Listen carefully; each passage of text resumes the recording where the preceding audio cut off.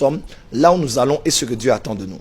J'aimerais dire à l'église, nous entrons maintenant dans la 4e phase de la révolution spirituelle de l'église. Alors, si on parlait d'abord de ces 4 phases, de ces 3 précédentes. De ces 3 précédentes, voilà. Oui. La première révolution spirituelle. C'est la soif que j'avais depuis le début. Il fallait planter le décor. La première révolution spirituelle, c'est la révolution, bon, vous savez, Jésus est né à l'an 0. Il est derrière la référence du temps. Même les athées disent avant Jésus-Christ et après Jésus-Christ. Jésus-Christ est né en l'an 0. Il est mort en l'an 30 à peu près. Et l'église est née en l'an 30. 200 ans après, Constantin est né. 300 ans après, l'église catholique, l'église chrétienne est devenue une religion d'État, l'église catholique romaine.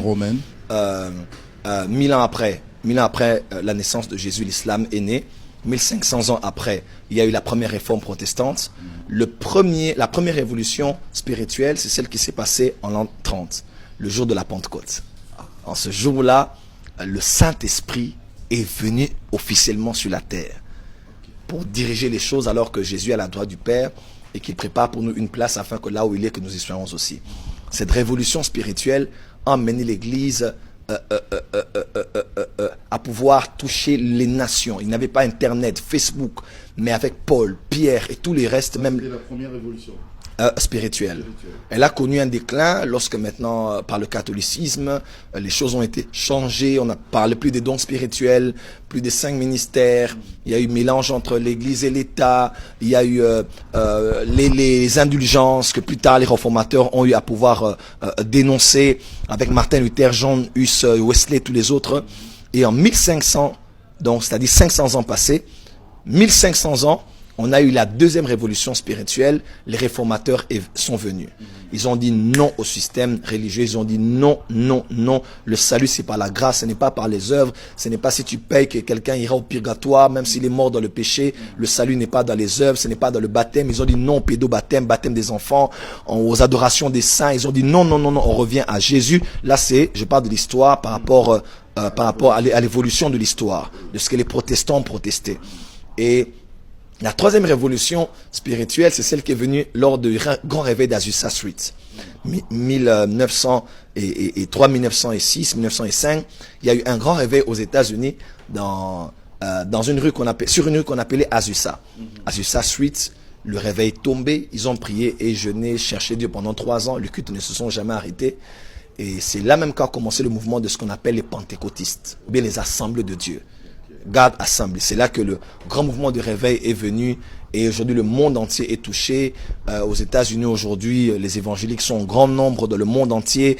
TV5 on a parlé, France 24 on a parlé. Les recherches se font. C'est quoi cette nouvelle tendance de spiritualité chrétienne qui font que les gens parlent en langue, baptisés de l'esprit, des guérisons. Et la 4e révolution, la 3e révolution a emmené beaucoup d'autres dénominations, mais seulement les choses ont évolué largement, plus largement qu'à l'époque de la première révolution spirituelle, à cette époque-là. Et maintenant, nous sommes à l'aube, nous sommes à la fin de cette révolution spirituelle. Nous allons maintenant à la 4e révolution spirituelle.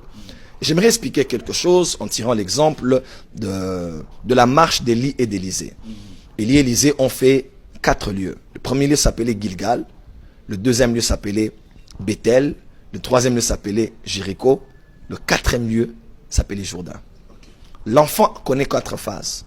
La phase de l'enfance, de la jeunesse, de l'âge mûr et de la vieillesse.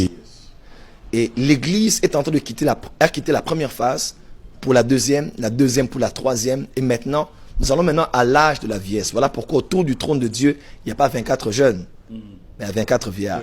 Parce que là, on parle maintenant de la maturité, de la maturation, de l'époque où on atteint maintenant la stature parfaite de Christ.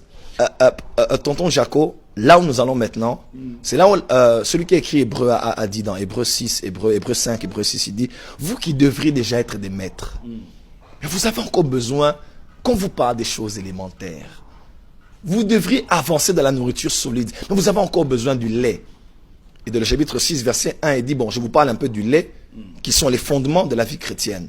Renoncement aux œuvres mortes, c'est-à-dire sanctification, repentance, doctrine des baptêmes, des impositions des mains. Il dit toutes ces choses-là, c'est ce que je veux faire si j'ai le temps, mais vous êtes devenus là à comprendre. Et pourtant, ce sont des choses basiques. Prophète Joël Francis Tato. La repentance, c'est un message basique. Oui, c'est un message basique. Oh. Hébreux 5, vers la fin, Hébreux 6, ce sont les choses fondamentales. Je ne dis pas qu'elles ne sont pas importantes. Elles sont des fondations. Mais la base, mais on n'habite pas dans une fondation. Il faut élever des murs, la toiture, habiter, décorer. Faut construire. Tant qu'on passera le temps sur le péché et les renoncements, quand est-ce qu'on parlera de comment pénétrer le monde de la science? Comment gagner des professeurs d'université qui sont des occultistes? Comment mener des chrétiens dans le monde politique afin de réformer le système de l'éducation par les valeurs de la Bible? Est-ce que ça, c'est notre problème? C'est notre problème parce que nous sommes le sel de la terre et la lumière du monde. Ok. Voilà, c'est pour cela que nous parlons maintenant de la 4e révolution spirituelle. Spirituelle. Parce que le monde évolue. Aujourd'hui, si quelqu'un était à l'époque de la 1re révolution industrielle, on le disait aujourd'hui qu'elle allait avoir un téléphone, j'allais parler avec quelqu'un voir mes enfants qui sont à Dubaï. On n'allait jamais croire en ça. De la même manière, là où nous allons, nous n'avons aucune idée de là où le monde va aujourd'hui. Regardez Netflix aujourd'hui. 3 sur 4 des films parlent de la magie, de la sorcellerie. On ne peut plus laisser le christianisme au niveau de prêcher la morale. Beaucoup de pasteurs prêchent le management, le marketing, le développement personnel, ton potentiel. Tu es capable, tu es capable, tu es capable. Et je mets en garde les chrétiens